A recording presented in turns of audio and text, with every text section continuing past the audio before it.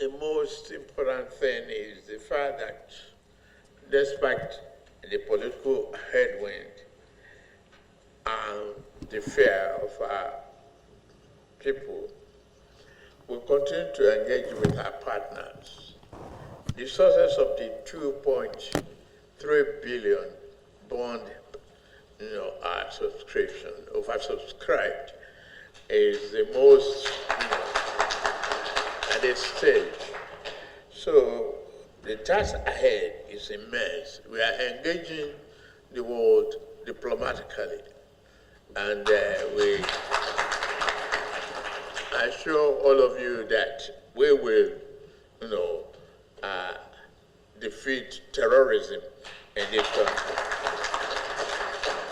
The task ahead is immense, but it's our resolve to move forward with unity and purpose, guided by renewed hope agenda to build a prosperous, inclusive, and resilient Nigeria. Thank you very much.